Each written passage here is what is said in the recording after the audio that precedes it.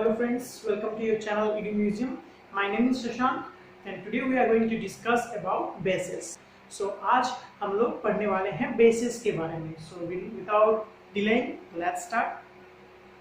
तो bases के बारे में हम लोग आज पढ़ते हैं. तो actually bases होता क्या है? हम लोग acids के बारे में अभी तक पढ़ चुके हैं. अब हम लोग स्टार्ट करते हैं bases के बारे में. ठीक है? तो bases है क्या? हमारे घर में, हमारे डे टू डे लाइफ में हम बहुत सारा बेसिस है. एग्जांपल्स में हो गया आपका सोडियम हाइड्रोक्साइड्स, ओनियन, सॉप्स, ये सारा बेसिस है. और क्या कभी आपने बेसिस को टेस्ट किया है? जी हाँ, आप लोगों ने बेसिस को टेस्ट किया होगा. फॉर एग्जांपल जो सोप यूज करते हो घर पे नहाते समय, डिटर्जेंट यूज करते हो, सारा बेस है और कभी ना कभी गलती से आपने उसे टेस्ट जरूर किया है. और आपको क्या फील होगा कि जो भी बेसिस है ना, उसका जो टेस्ट होता है वो बिटर होता है. That means you will feel कड़वा लगेगा. ठीक है ना? और वैसे ही बेकिंग सोडा हो गया, ये सारा बेसिस है. तो बेसिकली हम लोग क्या बोल सकते हैं? Bases are the substance which neutralises the effect of acids. Previous last जो टॉपिक हम लोग पढ़े थे वो न्यूट्रलाइजेशन रिएक्शन पढ़े थे. और न्यूट्रलाइजेशन रिएक्शन में हम लोग क्या देखे थे कि जो बेस होता है वो एसिड के साथ रिएक्ट करके क्या बनाता है? Salt and water. तो हम यहाँ से बोल सकते हैं कि जो बेसिस होता है वो एसिड्स के इफेक्ट को न्यूट्रल कर देता है. ठीक है ना? और बेसिस का टेस्ट कैसा होता है? बेसिस का टेस्ट बिटर होता है. ठीक, चलो सबसे पहले आपको याद रखना है कुछ इंपॉर्टेंट थिंग्स कि जितना भी मेटल ऑक्साइड्स होता है, जो भी मेटल ऑक्साइड्स होता है, मेटल ऑक्साइड्स मतलब एग्जांपल क्या क्या हो जाएगा मेटल ऑक्साइड्स का? सोडियम ऑक्साइड, फिर से कैल्शियम ऑक्साइड, सोडियम ऑक्साइड हो गया, कैल्शियम ऑक्साइड हो गया, एक्सेट्रा. ये सारा मेटल ऑक्साइड जो होता है वो बेस होता है. All the metal oxides are base. ठीक है ना? वैसे ही metal hydroxides,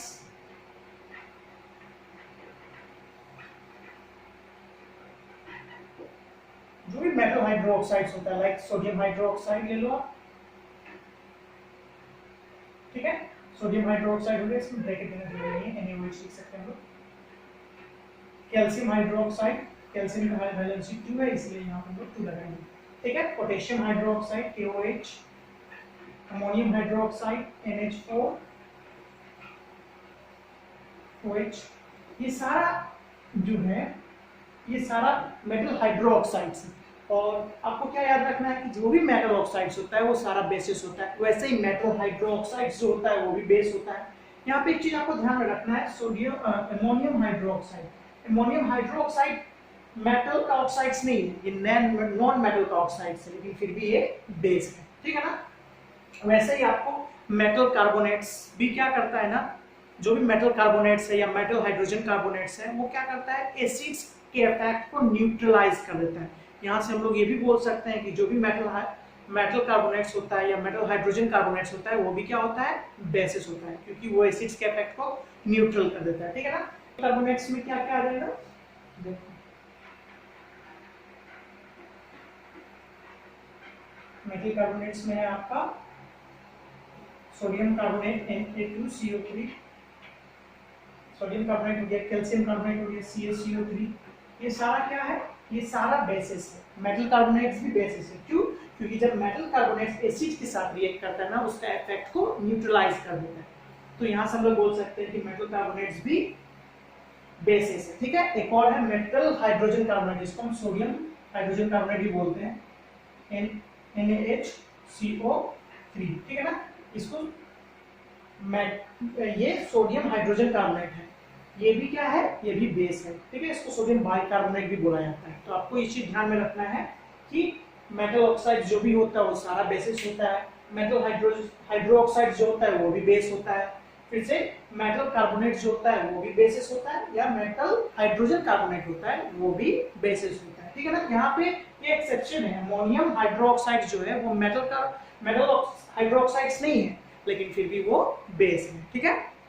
चलो अब एक चीज देखना हमको, क्या ध्यान में रखना है कि हमारे एनवायरनमेंट में ना most of the bases are insoluble in water. हमारे एनवायरनमेंट में जितना भी बेसिस पाया जाता है उसमें से मैक्सिमम जो होता है ना वो इनसोल्यूबल होता है.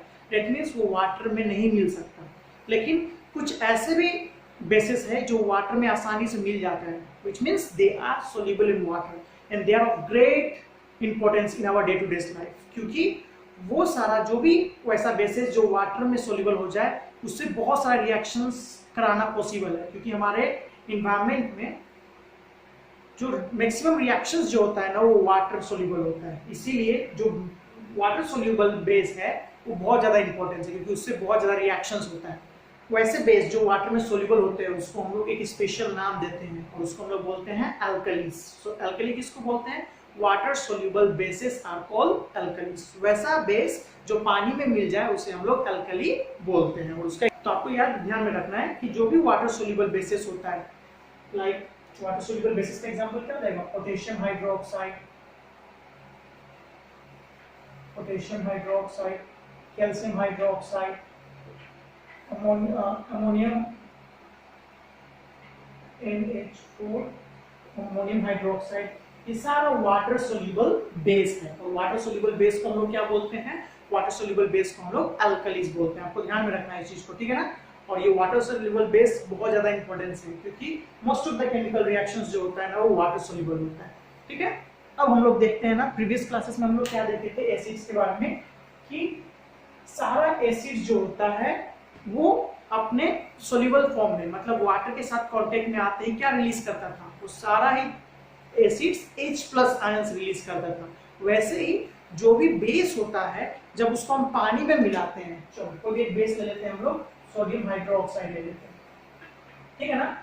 ये अपने सोल्यूबल फॉर्म में, जैसे इसमें पानी मिलाओगे आप तो क्या होगा ना, ये बन जाएगा Na+ और OH-। तो आपको यहाँ पे क्या चीज ध्यान में रखना है कि जो भी बेसिस होता है इन इट्स सोल्यूबल फॉर्म, मतलब पानी में मिलाने के बाद वो OH- रिलीज करता है। और OH- को हम लोग क्या बोलते हैं? हाइड्रोक्साइड आयंस, ठीक है ना? तो आपको ध्यान में रखना है कि जो भी बेसिस होता है पानी में मिलने के बाद OH- रिलीज करता है। तो जो भी बेसिस होगा वो सारा ही क्या रिलीज करेगा? OH- रिलीज करेगा। दूसरा एग्जांपल ले लो पोटेशियम हाइड्रोक्साइड का।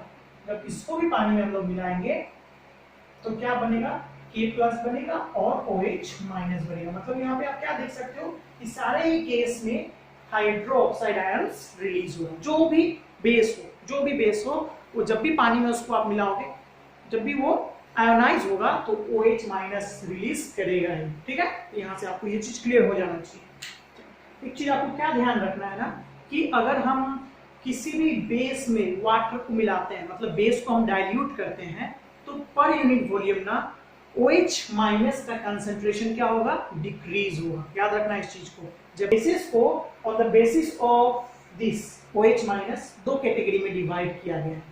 यहाँ पे हम लोग देखते हैं स्ट्रॉन्ग बेस और वीक बेस। तो स्ट्रॉन्ग बेस जो होता है ना वो कंप्लीटली आयोनाइज हो जाता है। कंप्लीटली आयोनाइज होने का मतलब क्या है? कि वो बहुत ज्यादा अमाउंट में OH- रिलीज करेगा। तो स्ट्रॉन्ग बेस का क्या डेफिनेशन होना चाहिए? ए base which completely ionize to give OH- ions are called strong base। फिर से weak base क्या होना चाहिए? वैसा बेस जो पार्शली आयोनाइज होता है, कम अमाउंट में आयोनाइज होता है, और कम अमाउंट में आयोनाइज होगा तो कम अमाउंट में OH- रिलीज करेगा। तो ये चीज आपको माइंड में रखना है, ठीक है ना? कुछ स्ट्रॉन्ग बेस का हम एग्जांपल दे देते हैं आपको। KOH, फिर से सोडियम हाइड्रोक्साइड, ये सारा एग्जांपल है किसका? ये सारा एग्जांपल है स्ट्रॉन्ग बेस का। ये कंप्लीटली आयोनाइज होता है, मतलब जब इसमें वाटर मिलाओगे, इसमें वाटर मिलाओगे तो बहुत ज्यादा अमाउंट में OH- रिलीज करेगा। और वैसे ही वीक बेसिस में क्या क्या आता है? वीक बेसिस में आता है मैग्नीशियम हाइड्रोक्साइड, ठीक है, फिर से कैल्शियम हाइड्रोक्साइड, फिर से अमोनियम हाइड्रोक्साइड। ये सारा वीक बेसिस का एग्जांपल है। मतलब इसको जब आप पानी में मिलाओगे तो ये पार्शली आयोनाइज होगा, मतलब कम अमाउंट में OH- रिलीज करेगा, ठीक है ना? चलो, तो ये तो रहा हमारा स्ट्रॉन्ग बेस और वीक बेसिस के बारे में, ठीक है? अब हम लोग देखते हैं कुछ प्रॉपर्टीज किसका? बेसिस का प्रॉपर्टीज देखते हैं। पहला जो प्रॉपर्टीज होना चाहिए बेस का वो क्या होना चाहिए कि basis have bitter taste. Basis का जो टेस्ट होता है ना वो कैसा होता है? बिटर होता है, कड़वा टेस्ट होता है, ठीक है ना? It has bitter taste. दूसरा क्या होना चाहिए? लिटमस पेपर का बात करते हैं। लिटमस पेपर में बेसिस क्या करता है, किस कलर को किस में चेंज करता है। तो एसिड क्या करता था, एसिड ब्लू लिटमस को रेड में चेंज करता था। तो बेस क्या करेगा, बेस रेड लिटमस को किसमें चेंज करेगा, ब्लू में चेंज करेगा। ठीक है ना, तो आप इस चीज को ध्यान रखना कि bases changes red litmus to blue. ठीक है। थर्ड कैरेक्टरिस्टिक्स क्या होना चाहिए, अब बेसिस को टच करोगे ना, बेसिस मतलब क्या, आपके घर में जो सोप पाया जाता है, बेकिंग सोडा पाया जाता है, वो सब बेसिस का एग्जांपल है। जब उसको आप टच करोगे तो सोपी फीलिंग आएगा। ठीक है ना, तो आप बोल सकते हो कि बेसिस आर सोपी टू टच। ठीक है ना, तो आप बोल सकते हो कि बेसिस आर सोपी टू टच। टच करने पे आपको सोपिंग वाला फीलिंग आएगा। फोर्थ प्रॉपर्टीज ये है बेसिस का कि जैसे एसिड्स बहुत अच्छा कंडक्टर होता है इलेक्ट्रिसिटी का, वैसे बेसिस भी बहुत अच्छा कंडक्टर होता है इलेक्ट्रिसिटी का। मतलब they are very good conductors, which means they are a good electrolyte, which I have told you earlier that both acids and bases are good electrolytes as well as salt also. Salt भी बहुत अच्छा electrolyte होता है। हम लोग यहाँ पे लिख सकते हैं they are good electrolyte, they are electrolyte. और इलेक्ट्रोलाइट आपको पता है किसको कहा जाता है, the substance which helps in the conduction of electricity is called electrolyte. ठीक है ना, तो बेसिस भी बहुत अच्छा इलेक्ट्रोलाइट होता है। एक चीज और आपको ध्यान में रख सकते हो कि bases reacts with some metals to form salt and hydrogen gas. मतलब कुछ मेटल के साथ बेसिस रिएक्ट करता है और क्या बनाता है, सॉल्ट और हाइड्रोजन गैस बनाता है। एग्जांपल ले लेते हैं जिंक का। फिफ्थ पॉइंट में यही होना चाहिए हमारा। जिंक को जब आप रिएक्ट कराओगे सोडियम हाइड्रोक्साइड ले लेते हैं बेस के साथ। ठीक है ना, तो क्या बनेगा, सोडियम जिंकेट बनेगा Na2 ZnO2 प्लस H2। ठीक है ना, ठीक है। तो आपको क्या ध्यान रखना है कि जब भी जिंक रिएक्ट करता है सोडियम हाइड्रोक्साइड के साथ तो क्या बनता है, सोडियम जिंकेट बनता है और हाइड्रोजन गैस बनता है। तो सम केसेस में आप क्या देखोगे ना कि कुछ मेटल्स ऐसे होते हैं जो बेस के साथ रिएक्ट करके सॉल्ट और हाइड्रोजन गैस बनाते हैं। ये सॉल्ट है, सोडियम सॉल्ट है, और ये H2 गैस है। ठीक है ना, हाइड्रोजन गैस है। ठीक है, ये बैलेंस नहीं है, तुम लगा दोगे तो ये बैलेंस हो जाएगा। तो आपको ये चीज ध्यान में रखना है। और एक लास्ट चीज क्या ध्यान में रख सकते हो कि जब भी एसिड्स बेस के साथ रिएक्ट करता था तो क्या बनता था, सॉल्ट एंड वाटर, मतलब न्यूट्रलाइजेशन रिएक्शंस। तो हम लोग ये भी तो बोल सकते हैं कि बेसिस एसिड्स के साथ रिएक्ट करके क्या बनाता है, न्यूट्रलाइजेशन रिएक्शन बनाता है। मतलब जब भी बेस रिएक्ट करता है किसके साथ, बेस रिएक्ट करेगा एसिड के साथ, क्या बनाएगा, सॉल्ट एंड वाटर बनाएगा। ठीक है ना, आप इस चीज को ध्यान में रखना। चलो एक एग्जांपल ले लेते हैं, कोई भी एक बेस लेते हैं, सोडियम हाइड्रोक्साइड ले लीजिए, कोई भी एक एसिड ले लो, HCl ले लो, रिएक्ट कराएंगे तो क्या बनेगा, सोडियम क्लोराइड क्लोरीन के साथ जाकर रिएक्ट कर लेगा, सोडियम क्लोराइड प्लस H2O। मतलब हम लोग क्या बोल सकते हैं कि बेसिस भी एसिड के साथ रिएक्ट करके क्या बनाता है, सॉल्ट एंड वाटर। और इस रिएक्शन को हम लोग क्या बोलते हैं, न्यूट्रलाइजेशन रिएक्शंस। एसिड्स वाले में भी हम लोग देखे थे। तो बेसिकली अभी तक हम यहाँ तक हम लोग क्या देखे, यहाँ तक हम लोग ये चीज देखे हैं कि जो एसिड्स होता था उसमें क्या रिलीज होता था। जैसे ये बेस है, तो बेस में मेनली क्या रिलीज होगा, OH माइनस रिलीज होता है। बेस किसको बोलते हैं, कौन सा आयंस रिलीज होता है बेस में, OH माइनस। और ये एसिड है, एसिड में कौन सा आयंस रिलीज होता था, H प्लस आयंस रिलीज होता था।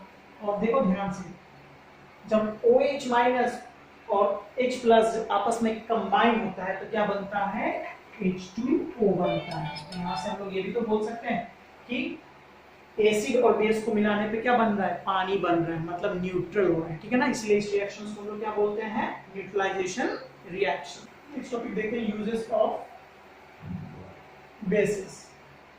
बेसिस का क्या यूजेस है, तो बहुत सारा यूजेस है बेसिस का। सबसे पहला यूज तो आप बोल सकते हो, it is use in the soap industry. Soap industry में यूज होता है डिटर्जेंट बनाने के लिए, सोप्स बनाने के लिए। फिर कैल्शियम हाइड्रोक्साइड का यूज किया जाता है ब्लीचिंग पाउडर बनाने के लिए। सोडियम कार्बोनेट का यूज करते हैं हम लोग बेकिंग सोडा बनाने के लिए। देखो मैग्नीशियम हाइड्रोक्साइड का ये एक बेस है और इसको मिल्क ऑफ मैग्नीशिया भी कहा जाता है। और इसका यूज किया जाता है एंटासिड्स बनाने के लिए, मतलब एसिडिटी का दवा बनाने के लिए इसका यूज किया जाता है मैग्नीशियम हाइड्रोक्साइड। कैल्शियम कार्बोनेट एक बेस है, हम लोग अभी पढ़े हैं, उसको व्हाइट वॉशिंग के लिए यूज किया जाता है। ये तो रहा कुछ यूजेस के बारे में, आप बुक में देख लेना, आपको समझ में आ जाएगा, बहुत सारा यूजेस दिया हुआ है इसके बारे में। ठीक है, नेक्स्ट टॉपिक जो हम लोग अभी देखने वाले हैं वो है strength of acid and base. Acid और बेस का स्ट्रेंथ हम लोग कैसे नापते हैं, तो अभी हम लोग थोड़ा पहले अभी हम लोग देखते हैं कि क्या था कि एसिड में जो होता है, एसिड में H प्लस आयंस होता है, ठीक है ना, और बेस में क्या होता है, OH माइनस आयंस होता है। और दोनों ही जब रिएक्ट करता है आपस में, एसिड जब बेस के साथ रिएक्ट करता है तो क्या बनाता था, वाटर एंड सॉल्ट। तो यहाँ पे देख सकते हो कि एसिड और बेस जब रिएक्ट किया तो क्या बनाया, H2O, पानी बनाया, ठीक है ना। तो अब स्ट्रेंथ कैसे नापा जाता है किसी भी एसिड्स का, किसी भी बेस का। तो आपको एक चीज ध्यान में रखना है, जो प्योर वाटर होता है, जो प्योर वाटर होता है वो न्यूट्रल होता है, ठीक है ना, वो न्यूट्रल होता है, मतलब वो ना एसिडिक होता है ना बेसिक होता है। लेकिन जैसे ही किसी भी वाटर में आप एसिड का परसेंटेज बढ़ा दोगे, एसिड का परसेंटेज बढ़ा दोगे तो क्या बढ़ जाएगा, H प्लस आयंस का परसेंटेज बढ़ जाएगा, और H प्लस आयंस का परसेंटेज बढ़ जाएगा तो वो वाटर क्या हो जाएगा, एसिडिक हो जाएगा। वैसे ही अगर सॉल्यूशन में OH माइनस बेस डाल देते हो थोड़ा ज्यादा तो OH माइनस का कंसंट्रेशन बढ़ जाएगा, और इसका कंसंट्रेशन बढ़ जाएगा तो वो सॉल्यूशन कैसा हो जाएगा, बेसिक हो जाएगा, ठीक है ना। तो आपको इस चीज को ध्यान में रखना है कि किसी भी सॉल्यूशन में स्ट्रेंथ, किसी भी एसिड और किसी का भी एसिड और बेस का स्ट्रेंथ किस पे डिपेंड करता है, H प्लस पे डिपेंड करता है, या फिर आप OH माइनस भी बोलोगे। ऐसे मान लो कि किसी एग्जांपल समझते हैं, अभी इसमें 50 दोनों है, बना कितना बना, 100 बना, ठीक है ना। मान लो 100 ml आपके पास वाटर है, इसमें H प्लस आयंस कितना है, 50 ml, और OH माइनस कितना है, 50 ml, दोनों 50 ml मिला के 100 ml बना। अगर मान लो हमको इस सॉल्यूशन को ना, अभी न्यूट्रल है, ना एसिडिक है ना बेसिक है, प्योर वाटर है, ठीक है ना। अब मान लो हमको एसिडिक बनाना है तो हम क्या करेंगे ना, इसका परसेंटेज को बढ़ा देंगे, H प्लस आयंस को बढ़ा दोगे, ये 60 कर दोगे तो ये ऑटोमेटिकली कितना हो जाएगा, ये हो जाएगा हमारा 40, इसको 60 कर दोगे तो कितना हो जाएगा, 40। तो आप देख सकते हो इस बार H प्लस आयंस का कंसंट्रेशन बढ़ गया, तो ये सॉल्यूशन कैसा हो जाएगा इस केस में, अब ये एसिडिक हो जाएगा। वैसे ही अगर इसको बढ़ाना है तो अगर मान लो ये 70 हो गया, ये कितना हो जाएगा, ये 30 हो जाएगा, ठीक। कंसंट्रेशन तो सेम ही रहेगा ना, बस ये फ्लक्चुएट करेगा, कौन सा, H प्लस आयंस या OH माइनस आयंस।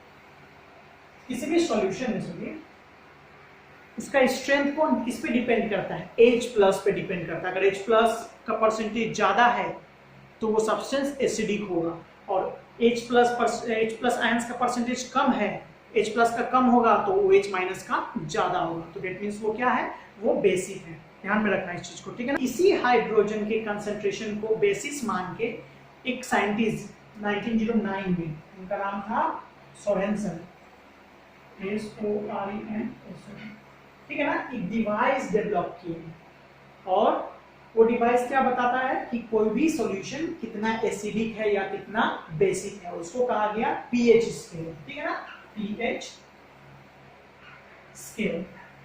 यहाँ पे P का मतलब था, P एक जर्मन वर्ड था, P एक जर्मन वर्ड था जिसका मतलब था पोटेंज, पोटेंज का मतलब होता है पावर, और H का मतलब था हाइड्रोजन। तो पीएच स्केल का मतलब ही क्या है, पावर ऑफ हाइड्रोजन। कोई भी सॉल्यूशन में, कोई भी सॉल्यूशन एसिडिक होगा या बेसिक होगा, वो किस पे डिपेंड करेगा, वो H प्लस पे डिपेंड करेगा, वो हाइड्रोजन पे डिपेंड करेगा, ठीक है ना, वो हाइड्रोजन के कंसंट्रेशन पे डिपेंड करेगा, दैट मींस हाइड्रोजन के पावर पे डिपेंड करेगा, ठीक है। तो वही डिवाइस को डेवलप किए थे सोरेनसन नाम का एक साइंटिस्ट, ठीक है। तो अभी हम लोग देखेंगे कैसे काम करता है ये। और आपको क्या चीज ध्यान में रखना है कि जो पीएच स्केल है ना, वो इनवर्सली प्रोपोर्शनल है कंसंट्रेशन ऑफ हाइड्रोजन का। जो पीएच स्केल था वो इनवर्सली प्रोपोर्शनल था H प्लस आयंस का।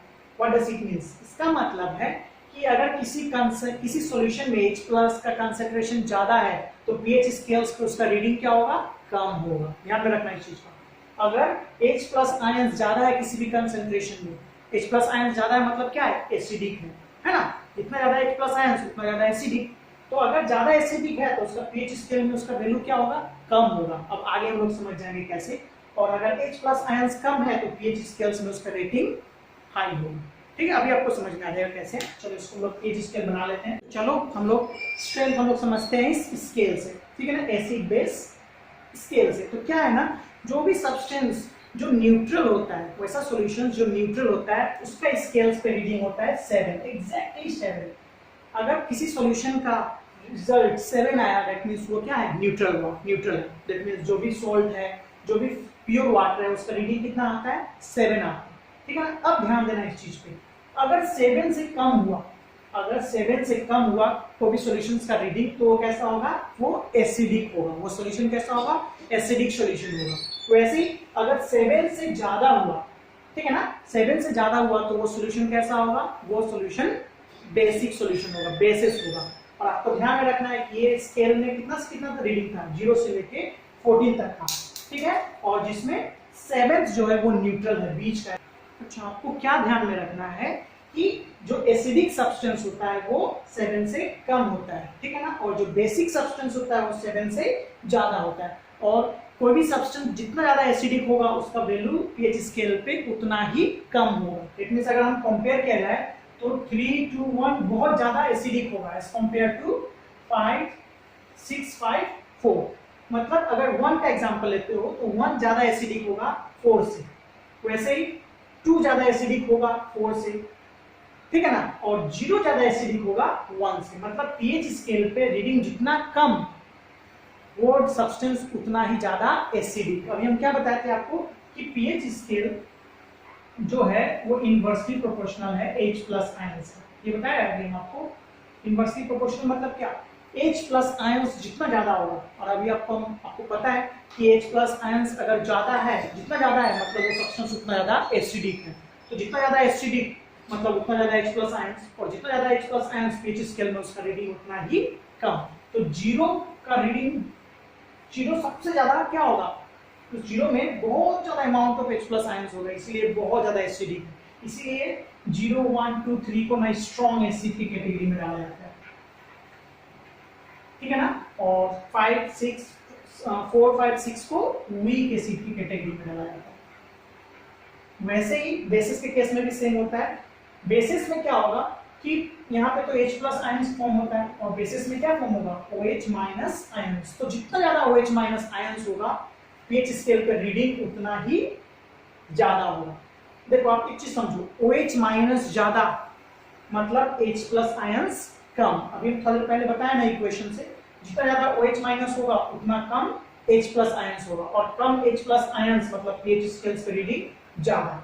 तो अगर OH माइनस ज्यादा है तो H प्लस आयंस कम है, और H प्लस आयंस कम है तो रीडिंग क्या होगा, ज्यादा होगा। इसीलिए जो स्ट्रॉन्ग बेस होता है वो बेसिकली ये इस कैटेगरी में आता है। 11 14 13 12 11 ये सब स्ट्रॉन्ग बेस के अंदर आता है, ठीक है ना, और ये जो आता है ये सारा वीक बेस के अंदर आता है।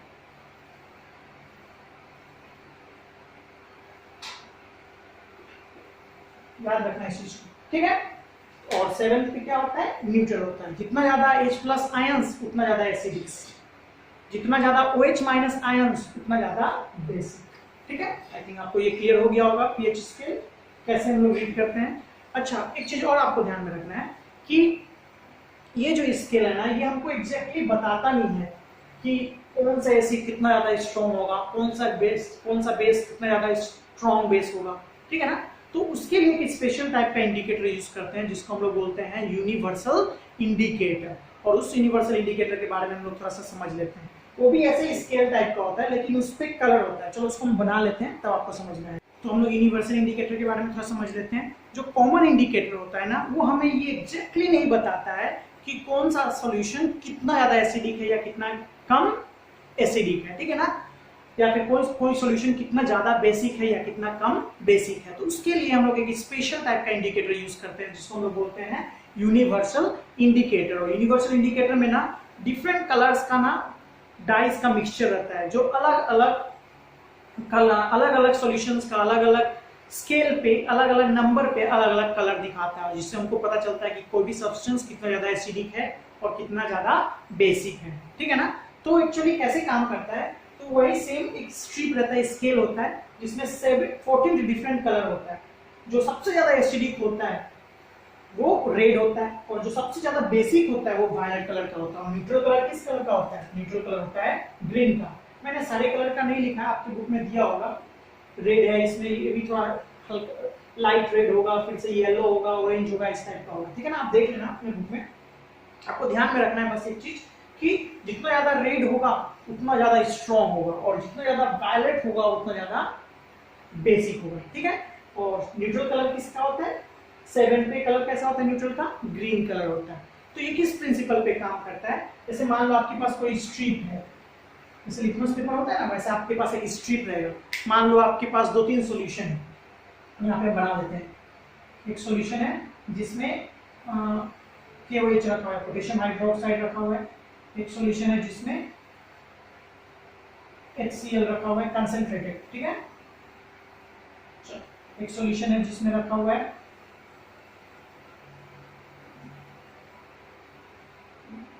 जिसमें लेमन रखा हुआ है, ठीक है। और एक सॉल्यूशन है जिसमें हम लोग रख दिए, चलो थोड़ा कुछ डाल देते हैं, वीक बेस ले लेते हैं, मैग्नीशियम हाइड्रोक्साइड ले लेते हैं, ठीक है। तो ये कैसे काम करता है ना, तो आप देखो, जैसे मान लो हम पहले इस स्ट्रिप को लिए, स्ट्रिप को हम HCl कंसंट्रेटेड HCl में डाल दिए, तो डालने के बाद इस स्ट्रिप का कलर क्या हो जाएगा? चेंज हो जाएगा। किस कलर में चेंज होगा? ये जो 14 कलर है गिवन, इसी 14 कलर में से कोई एक कलर आएगा, ठीक है ना। तो जैसे ही आप स्ट्रिप को डालोगे, तो मान लो कंसंट्रेटेड एसिड है, ये कंसंट्रेटेड HCl है, हाइड्रोक्लोरिक एसिड, तो इसका कलर कैसा आपको दिखेगा? एकदम रेडिश टाइप का दिखेगा। उसके बाद इस स्ट्रिप को लो और यहाँ पे आप मैच करो, जिस बॉक्स से, जिस कॉलम से ये मैच हो गया, समझ जाओ उसका रीडिंग उतना ही है। जैसे मान लो अगर ये 2 पे मैच हो गया या 1 पे मैच हो गया, तो इससे हम लोग बोल सकते हैं कि ये एसिड कैसा होगा? ये एसिड बहुत ही स्ट्रॉन्ग होगा, ठीक है ना। वैसे ही अगर आपको मान लो मैग्नीशियम हाइड्रोक्साइड को लेते हो, इस सॉल्यूशन में डालते हो इस स्ट्रिप को, ठीक है ना, तो उसका कलर कुछ कलर देगा, ये लाइट पर्पल देगा या फिर ब्लू देगा, ऐसे टाइप का कुछ कलर देगा। मान लो इसका रीडिंग यहाँ पे है 9 पे, तो 9 पे अगर हम उसको मिलाएंगे तो बोल सकते हैं कि कैसा बेस है? ये वीक बेस है। जैसे एडवर्टाइज आता था ना फेयर एंड लवली का, एक स्ट्रिप आता था, आप उसमें अपना फेयर एंड लवली लगाओ और चेक करो अपने फेस का कलर कितने हफ्ता में कितना हुआ। तो वैसे टाइप का एक प्रिंसिपल पे ये भी काम करता है, ठीक है। मतलब डिफरेंट सॉल्यूशंस में डिफरेंट कलर देता है, ठीक है। और उस कलर को लेके आप मिला सकते हो और स्ट्रेंथ नाप सकते हो, मेजर कर सकते हो, ठीक है। तो ये तो रहा आपका यूनिवर्सल इंडिकेटर एग्जैक्टली हम लोग को बताता है कि कोई भी सॉल्यूशंस या कोई भी सब्सटेंस कितना एसिडिक है या कितना बेसिक है, ठीक है। और नॉर्मल इंडिकेटर हम लोग को ये नहीं बताता, वो बस हम लोग को ये बताता था कि कोई सब्सटेंस एसिडिक है या फिर कोई सब्सटेंस बेसिक है, ठीक।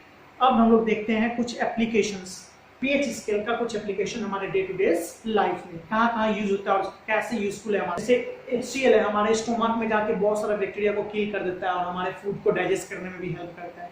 लेकिन कभी कभी क्या होता है ना कि कभी कभी due to excess consumption of food, हम लोग बारात में जाते हैं, पार्टी में जाते हैं, बहुत ज्यादा फूड कंज्यूम कर लेते हैं, जिसकी वजह से हमारे स्टोमक में HCl का परसेंटेज बढ़ जाता है। और HCl का परसेंटेज बढ़ जाता है, उस समय आपको एसिडिटी टाइप का फीलिंग आता है। एसिडिटी मतलब क्या? एसिड का परसेंटेज बढ़ गया।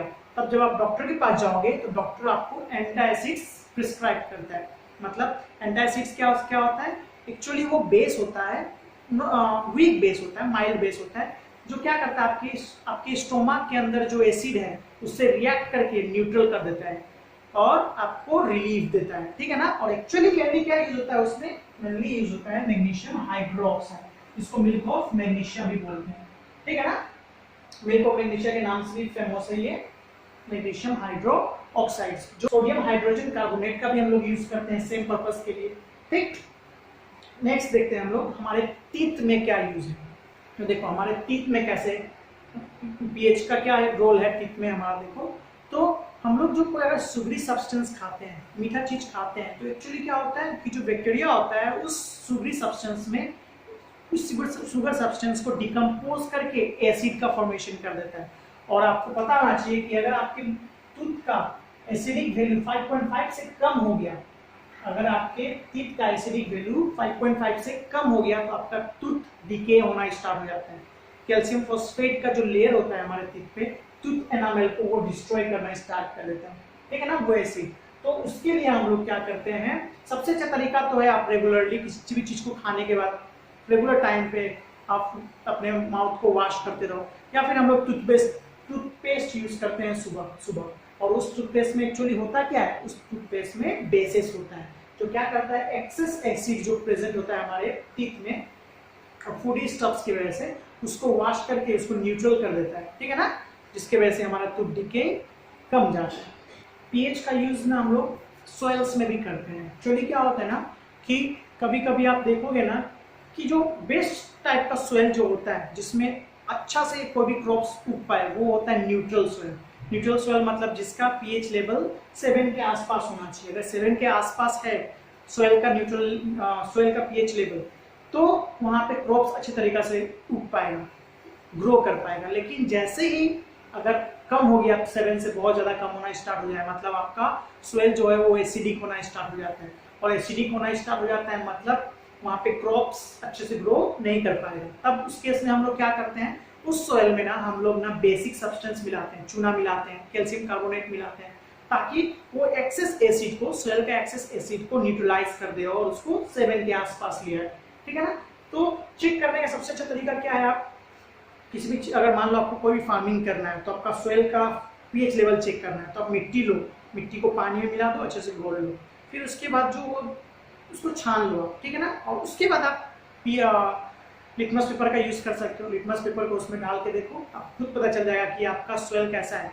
अगर एसिडिक है तो उसका कलर रेड हो जाएगा, अगर बेसिक है तो उसका कलर ब्लू हो जाएगा। ठीक है ना। तो इससे हम लोग पता कर सकते हैं कि आपका सोयल या हमारा सोयल एसिडिक नेचर का है या फिर बेसिक नेचर का है, और उसके अकॉर्डिंग ही उसमें आप फर्टिलाइजर्स या कुछ चीज डाल सकते हो जो उसके इफेक्ट को न्यूट्रलाइज कर दे। अगर एसिड ज्यादा है तो बेसिक सब्सटेंस डालो, अगर बेसिक ज्यादा है तो एसिडिक सब्सटेंस डालो। हमारा जो ह्यूमन बॉडी है ना, वो सबसे अच्छा काम कब करता है, जब उसका पीएच लेवल 7 से लेके 7.8 के बीच में हो।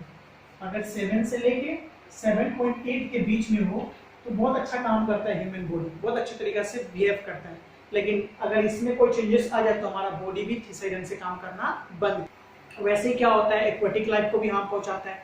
आप आज एक नया फिनोमेना आजकल आप लोग सुने हो, एसिड रेन, और ये बहुत ज़्यादा अमाउंट में एसिड रेन हो रहा है। और एसिड रेन की वजह से क्या होता है, जो रेन वाटर है वॉश आउट होके लेक में चला जाता है, और लेक में जाने के बाद लेक के वाटर को एसिडिक बना देता है, जिससे एक्वेटिक लाइफ को बहुत हार्म पहुंचता है। हमारा जो सोयल है वो एसिडिक होने का कारण एसिड रेन भी है।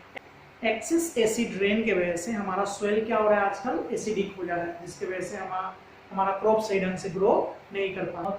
एक चीज़ और है कि इसी सब को बचाने के लिए कभी कभी आप देखते हो कि कैल्शियम कार्बोनेट को हम लोग लेक में डालते हैं। क्यों डालते हैं कैल्शियम कार्बोनेट को लेक में? कैल्शियम कार्बोनेट एक बेसिक सब्सटेंस है।